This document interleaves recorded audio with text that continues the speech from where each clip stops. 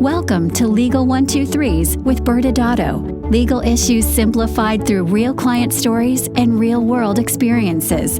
Creating simplicity in 3, 2, 1. Welcome back to Legal 123s with ByrdAdatto. I'm your host, ByrdAdatto, with my co-host, Michael Byrd. As a business and healthcare law firm, we meet a lot of interesting people and learn their amazing stories. This season's theme is unintended consequences. We sometimes find ourselves in a situation that can be traced back to a seemingly inconsequential or unrelated decision. All right, Michael, what do you have for us today? I have a fascinating story that I came across recently, Brad. All right, I'll be the judge whether or not it's fascinating, but what's it about? It's about a drill sergeant gone soft. When you picture, Brad, the stereotypical drill sergeant, who do you picture? And Brad, yes, you can reference a drill sergeant from a movie as long as you promise not to take us down movie talk. First, I'm super proud of you going to movie talk. I think I'm finally paying you off that I'm around you a lot. So I'm rubbing maybe in a good way on you for movie talk. Second, determining the best drill sergeant of all time. It's actually like a three-way tie, depending on where you're looking at. So we have Sergeant Emil Foley from Officers in General. Old movie. Yes, great, though. Sergeant Holka from the movie Stripes. Old movie, and yes, awesome. And maybe the most famous drill sergeant, who will be someone who actually was a U.S. Marine drill sergeant before his Marine career, known as Gunnery Sergeant Hartman from Full Metal Jacket. Now, all right, I'm curious, who do you picture? Full Metal Jacket, Sergeant Hartman. Mm-hmm. I have to lean into the old movie reference, Brad, and he just was so hardcore with his training methods, and there's so many memorable lines. Yeah, and believe it or not, I read that many of the lines from the movie were ad-libs because they were like, just do what you would do. And so that's why he just was able to make such incredible statements. Stuck in our brain forever. Yes. Well, I heard a story, Brad, about someone famous Okay. who you would never guess was a former drill sergeant, unless, of course, you've actually heard the story too. It's an unsuspecting person because he is known throughout the world as one of the softest, calmest humans around. Kermit the Frog? Well, that's a frog, Brad, not a human. Oh. Well, unless you count the person, the puppeteer. Wait, But Muppets aren't real? no, Brad. Yeah, we'll have a little therapy session after we're done. Okay. So here's some more details to help you hopefully improve your guesses about our mystery sergeant. The man that I'm talking about served in the Air Force for 20 years and actually reached the rank of Master Sergeant. Ooh. He was infamously known as a yeller, and he was feared among everyone who served under him. Soft-spoken, but a terror before that. Yep, still don't know. Okay, well, here's the twist. He hated it. Oh. He hated the yelling and screaming and felt like he was having to play this kind of role his entire career. And actually, he was a pretty chill person when he was not working. Well, at least he didn't take his job home with him, so that's kind of cool. Well, that's true. So I'll give you another clue. He was stationed in the Air Force Base in Alaska, and this is where he first saw and was inspired by snow and mountains. So he became a famous skier? I guess that's slightly better than Kermit the Frog as a guess, but no, Brad. Okay. He was so inspired that he actually started painting the snow and mountains to help manage the stress of being a world-class yeller at work. So I think I'm right in this one, and feeling pretty confident. I think it's Vincent van Gogh. Okay, you're just going backwards now. So after 20 years, he retired, and he actually vowed never to yell again once he stopped working. Is it the actor John Krasinski, and he went to A Quiet Place? Okay, you're just not even trying anymore. So you ready for the answer? Yes, I think our audience is too. The mystery sergeant we're talking about is none other than the painter Bob Ross. Huh. He is, of course, known for his TV show with his quick painting techniques and, more than anything, his calming voice. Yeah, I had no idea. I'm sure half the audience has no idea what you're talking about either. Yeah, and believe it or not, This is we save our little stories we hear for our opening banter, and I actually got this from Instagram Reels. Ooh, so okay, it's my modernization of learning my interesting content. And yeah, I had no idea either. I was stunned, and I have memories during college of coming home from class, and my roommate Guy would have Bob Ross playing in the background with this calm voice, and he loved it. And I could not stand it.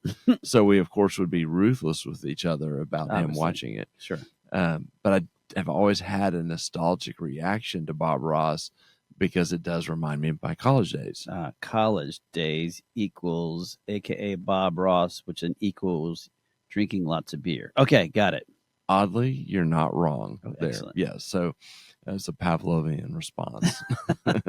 Let's jump into our story today about unintended consequences. Perfect, Michael. What story do you got for us today? All right. Today's story is about a plastic surgeon in the Southeast who is building a busy practice. We will call him Dr. Tony Stark. I'm quite worried. Who is this man sitting next to me? What have you done with my partner, Michael Byrd? Wait, we got some movies here, Sergeant, and then we're going to Marvel characters. Never mind. I don't want you to answer that. I do not object to anything you ever want to use. You're welcome to use Tony Stark, even though I think we used his name in another show. Yes, I think we did too. But and I don't plan to go deep into movie talk today, so don't get your hopes up. Oh. But I was trying to think of someone famous who captured the frenetic pace to life that our Dr. Tony led. Okay, and for you people out there who are not Marvel dorks like me, Tony Stark, a.k.a. the Iron Man, is from the Marvel movies, and he's known for always being this, bigger-than-life kind of person, but working tirelessly in high-pressure situations, both in his personal and professional life. Dr. Tony was building a thriving practice that we'll call Iron Man Plastic Surgery, and honing in on a unique surgical procedure that was drawing acclaim to him around the world. When he was not operating, he was creating videos, he was appearing on shows and podcasts, and otherwise educating the world about his unique procedure that he believed solved a very unique problem in plastic surgery.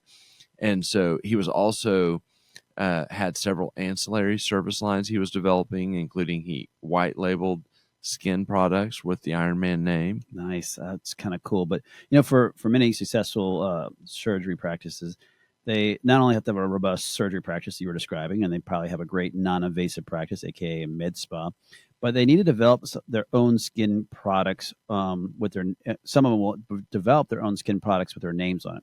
Often these products are white labeled, meaning that there's some other outside vendor or brand is actually developing it, but the practice liked it so much that they're able to stick their name on top of it. Very good, Brad. So Dr. Tony also started building a wellness brand that he felt dovetailed into his unique procedure. He had various Iron Man supplements that he sold to help optimize a patient's health for surgery, and he would also prescribe GLP-1s for patients who needed to lose weight before their surgery. Yeah, and I would say this, what most plastic surgeons love about the wellness and weight loss being added to the practice is the sustainability in the form of patient care and obviously financial viability. A medical practice adding these types of treatments, also known as longevity, means you're providing continuous care for these patients, both in the aesthetic side, meaning how they look, and then wellness side, how they feel inside. And this helps evolve with the patients in this, as the patient changes and their healthcare needs changes, you still can work with them, which means you have long-lasting patients. And that means the medical practice has also, long-lasting or ensuring their financial viability. Yep, totally agree. Well, Dr. Tony, Brad, he believed that he had more than 24 hours in a day, unlike most normal humans. Yeah. And so I actually picture him being that guy that wakes up at 3 a.m. and goes to bed at 11. You see those videos of Kobe Bryant that would have like a workout at 3 in the morning and then a breakfast and a second workout in the morning. So he would work out 4 times in a day instead of 2 a days. That's our guy, Dr. Tony. And he never seemed to lose energy to do more and more. It's pretty impressive. And I'm wondering, going back to where we started this show today, I wonder if he had a drill sergeant that really helped keep him motivated. Maybe so, Brad. Maybe so. Okay. All right. Dr. Tony did Brad start running into some friction because of this busyness? Did he actually realize someone set him down and said there's only 24 hours a day? Or was he like falling asleep on the job, which is kind of scary if you're a surgeon? Yeah, both fair questions. I don't know. Okay. But he had created an unsustainable model that was way too dependent on him to succeed. So start with this. He had a specialized surgery that only he could perform. Okay. So you have that. And then he personally recorded all the content that was to educate people about these surgeries. Mm-hmm. On the business side, he felt like he needed to be heavily involved because patients flew in from all over to see him. And, on the side, he was also being the CEO of his business. Yeah. And as you're talking about this, it reminds me of like a lot of startups, especially the entrepreneur who kind of kickstart it.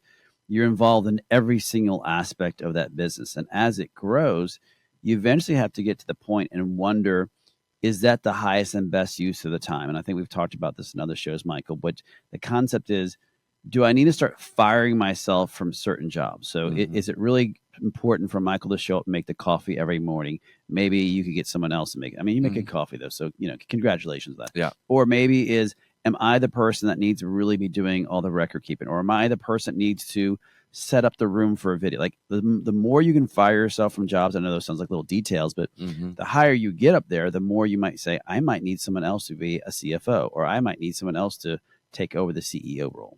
No, all good points. I mean, I've been trying to fire you from all your jobs for years, and you can't get away. Yeah, you can cut that. That's cuttable material there, people. But no, that you're right. I mean, you start a business and you're wearing so many different hats, and you have to figure out how to have people step in for the highest and best use of your time. Okay, so I'm going to ask this question. So, being Iron Man, he had a lot of hats on, so he had to eventually take his Iron Man hat off. So, what did Dr. Tony do with all these hats?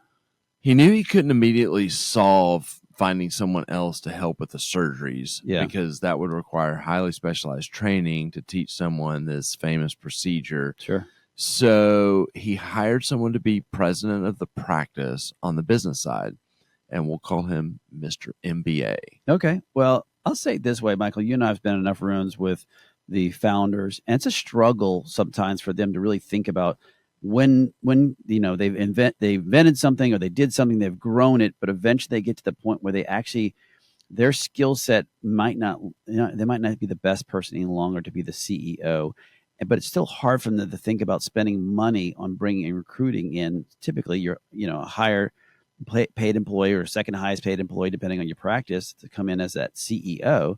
But it's important, I think, for a lot of practices or businesses to adapt and to realize how important it is to bring someone with that skill set that they weren't trained in.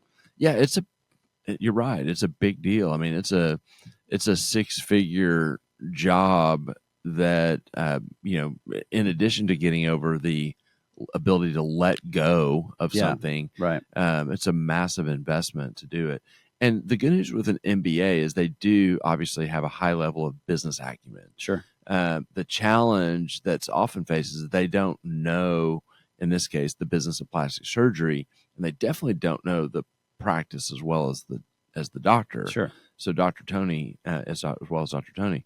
So it would take a lot for Mr. MBA to fully understand the nuance of, this highly specialized, even within plastic surgery, highly specialized practice at Iron Man Plastic Surgery. All right, Michael, how did it go with Mr. MBA? I mean, he was solid. He was good enough.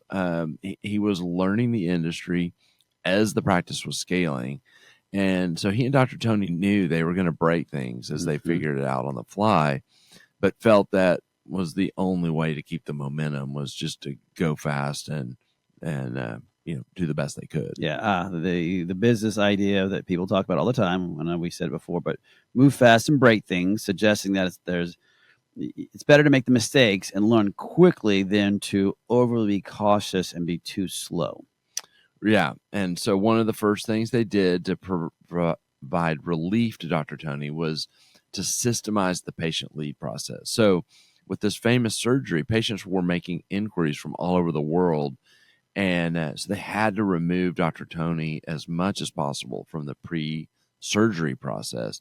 So they developed this system that basically had Dr. Tony interacting with the patients for the first time the week before surgery. And they had built a lot into the process from a medical standard of care perspective, so that, that the quality of medical care didn't suffer. Okay. I like that portion of it, but I feel like at this point in the story, I think we might be getting close to, or maybe hinting at the unexpected consequence. Yes, Brad, gold star. Yes. One of the things they did not consider when they knew they would kind of, quote, break things was to factor in some guardrails from a risk management perspective. And so one of the filters that got lost in creating this new system was the ability to identify if there was a bad patient candidate, aka a crazy patient filter, as they might say on the street. Yeah, I'm starting to get some my spider sense or my Iron Man sense. I don't think it has one of those. It's starting to go off. So what happened here? Well, Brad, Miss Roberta Ross was guided through the system and operated on by Dr. Tony. Miss Roberta had significant body image issues that were undetected. These would make her a bad candidate for surgery because she would be impossible to satisfy with the results of the surgery. Well, that is sad that Miss Ross had body images. Maybe she can look up at Uncle Bob Ross's artwork and feel better about herself. Unfortunately, we see this a lot in the plastic surgery patients that do have severe or significant body images issues. And the question for these patients, do they need a plastic surgeon or do they need a psychiatrist? Often with these patients, no matter the number of times they have surgery or how great the surgeon is, they can never really be satisfied with the outcome. Yeah, so the cat was out of the bag. Miss Roberta was operated on was indeed not happy. What? And she spiraled post-surgery. She actually went to a special forum dedicated to this procedure that Dr. Tony performed. And remember, Brad, no one else does this procedure. So it's basically a forum for Dr. Tony, and posted long diatribes on how horrible Dr. Tony was. Yeah, it's very unfortunate, but unfortunately, on top of the unfortunateness, very predictable. And if Dr. Tony knew about the significant body images issue, I'm quite certain he would not have touched this patient. And what we know is when you have an angry patient, they lash out in different ways. You said one of them, which they start posting things, but they might be screaming and be hostile to your team. They can then start writing bad reviews besides that forum all over your socials or anywhere else. They can file medical board complaints in this case, or worse, not worse, but even and continue, they can file malpractice lawsuits. Yeah, you know what happens, Brad, with killer bees? Yes, once one bee gets on the attack, the entire hive starts swarming. So this forum I mentioned became a killer beehive. Oh, no. And everyone went on attack. It was actually pretty scary to see the negative momentum unfold. Yeah, that's unfortunate. It sounds like when people start feeding off negative energy, it just grew. Yeah, it was not good for Dr. Tony. But let's go to break and talk legal application and hear what happened with Dr. Tony. Many business owners use legal counsel as a last resort rather than as a proactive tool that can further their success. Why? For most, it's the fear of unknown legal costs. ByrdAdatto's Access Plus program makes it possible for you to get the ongoing legal assistance you need for one predictable monthly fee. That gives you unlimited phone and email access to the legal team, so you can receive feedback on legal concerns as they arise. Access Plus, a smarter, simpler way to access legal services. Find out more. Visit ByrdAdatto.com today. Welcome back to Legal 123's at ByrdAdatto. I'm your host, ByrdAdatto, with my co-host, Michael Byrd. Now, Michael, this season, our theme is unintended consequences. And we have a couple of layers really discussed when talking about unintended consequences with today's story. First, let's talk about the go fast and break things strategy that Dr. Tony and Mr. MBA implemented with his surgical practice. I think any entrepreneur has done this at some level. In many ways, this strategy captures the energy of a young, growing, and dynamic business. We always call it pirate mode. And there is a positive side to this strategy. And the the unintended consequence is that when you're going fast, the team doing so can only go fast in the areas where they're actually subject matter experts. Mr. MBA was not a subject matter expert on risk management for creating a systemized approach for intaking plastic surgery patients or leads. Yeah, that's another great point, Michael. So I think you deserve a gold star here. But the balance between speed and expertise in entrepreneurship, right? While moving quickly can indeed harness the energy and grow the business, it also can obviously lead to gaps in the knowledge, and especially especially in any kind of specialized healthcare. But we're talking about a gentleman who literally, that you said no one else could actually do this, and understanding ways to then manage this risk in any industry, again, healthcare being harder, is essential to really building a sustainable model. So let's go back to our story. What could Dr. Tony and Mr. MBA have done differently?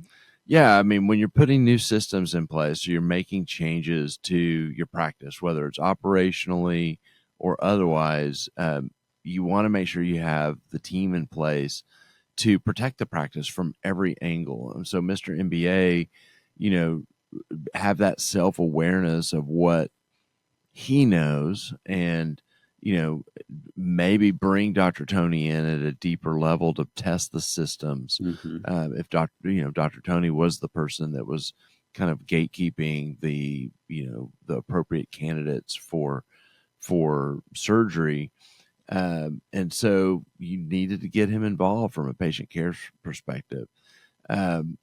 But you also, if there's still gaps, bring in other advisors, whether it's healthcare counsel, accountants, financial advisors, or practice advisors. You want to make sure that everything's covered so that you can keep an eye on compliance and risk, and put these guardrails up to allow you to keep going fast. I don't know what's going on, Michael, but you're actually making a lot of good points. I must be finally rubbing off on you, so I'm glad to see it's finally working. Yeah. And audience, Michael's point is good. It is essential for good entrepreneurs to really have a diverse team, right? You want a range of different expertise to come in and bring their skill set with them, so that helps with decision making, meaning that you're not in some vacuum or where you're siloed and you all have the exact same skill set. So by addressing these gaps, businesses can actually maintain the momentum without, obviously, that Michael was just describing, without compromising, which is crucial to these operational aspects that Michael kind of was talking to. So from that perspective, it is critical to really implement a structure process while growing and ensuring that the team members all have the necessary knowledge and tools to navigate, especially with healthcare, these complex issues you raise, meaning educate. Yeah, Brad. And so talk about the things that could have been done differently to manage the system that allowed someone like Miss Roberta to be operated on. Yeah. So we were incorporating some type of filters during the patient intake process to identify potential mental health issues is really going to be critical, especially for plastic surgeons, to ensure that the patient's receiving care, it's appropriate care for what they truly need, meaning what treatments are really needed for what to solve their issues, and a doctor should meet with a team and develop these mental health screening questions and on the intake forms, and whether you're asking about anxiety and depression and past mental diagnosis or other surgeons that they had seen that and what have been done. So like the more details you can get back from these patients, the better chance you can have of flagging someone that you may never satisfy. And again, going back to our training your staff on are there any behavioral cues that they might see during the intake process? Again, I said it again, educate. Yeah, I mean, we've talked before, I think with our partner Jeff Siegel, the people that are, talking about their unhappiness because they're seeing their, the prior 4 physicians they've seen were terrible, but they're really happy, to be at this place. Yeah. There's cues like that, to your point, that you identify, and then again, to your point, educate and make sure everyone's on the same page. So, let's go to the other side of the coin, Brad. And we have patients that are going to get through, and they're going to be angry. You can't avoid, if you're going to have patients, having the angry patient scenario. talk about some options to manage angry patients. Yeah, we've talked about this in other shows too, but first off, for the doctors and other providers and staff, you need to start working on to being able to perfect or really become good active listeners, allowing the patients to express their frustrations without interrupting, really demonstrating the value that you're listening to their concerns, which for starters helps to kind of de-escalate the tensions because you're listening. And while listening and before responding, remember to be empathetic, and that can help, again, calm them down. It doesn't mean that internally you're not struggling with what they're saying and accusing you, but you're sitting there to listen. And then once you have the opportunity to talk, explain your policies and your procedures clearly, ensuring the patient actually understands the rationale behind whatever is the friction that is causing it, and discuss why the practice is doing A, B, or C. The more transparent you can be while being calm and active listening, the more trust you actually will build up with that particular patient. I mean, we've actually seen studies put out by malpractice carriers that say that the number one, to your point, Brad, the number one way to reduce the likelihood of getting sued for malpractice is effective communication. The flip side is that sometimes doctors put their head in the sand. They don't want to talk to the patient. They just have their staff interact when they're angry, and they don't engage because they have to have a hard conversation. Yeah, exactly. And so it goes a long way. It sounds so simple, yet so many make that mistake. Yeah. But sometimes, even if you do this, you're still going to have an upset patient. What else can the practice do to resolve this issue? Well, and I'll give you options. Doesn't mean we agree with all of them, but sometimes it's simple as offering a redo, which doesn't really always work because, especially with the patient with Miss Ross, who you'll never satisfy them, right? Right. Because she just has that image in her head. So then you have the practice that can kind of fall back on a refund policy. Now, refund is, the policy. A good one is you're communicating up front and you're properly saying, here's what's happening. You're not saying you did anything professionally incorrect, but you're showing a willingness to listen to the patient and then reimburse the patient for what they went through. And of course, in a good refund policy, you would have a refund agreement where the patient then releases you and other releases if they're going to get that refund.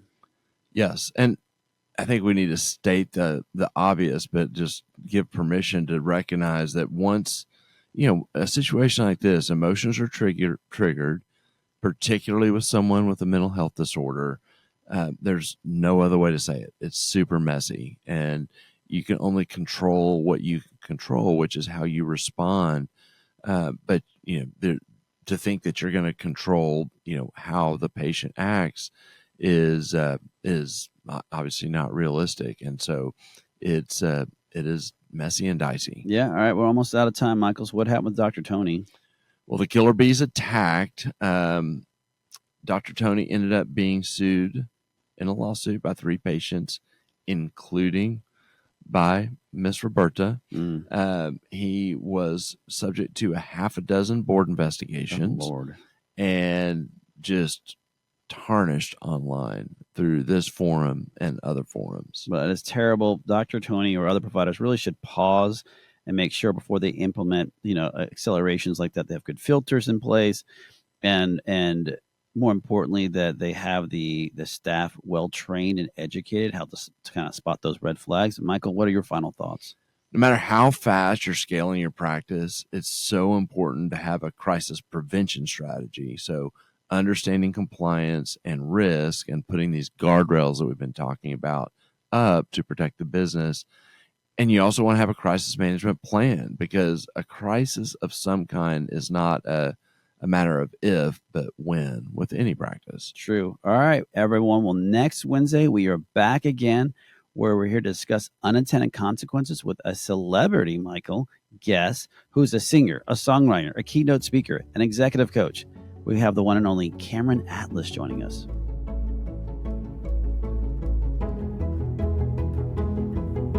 ByrdAdatto is providing this podcast as a public service. This podcast is for educational purposes only. This podcast does not constitute legal advice, nor does it establish an attorney-client relationship. Reference to any specific product or entity does not constitute an endorsement or recommendation by ByrdAdatto. The views expressed by guests are their own, and their appearance on the program does not imply an endorsement of them or any entity they represent. Please consult with an attorney on your legal issues.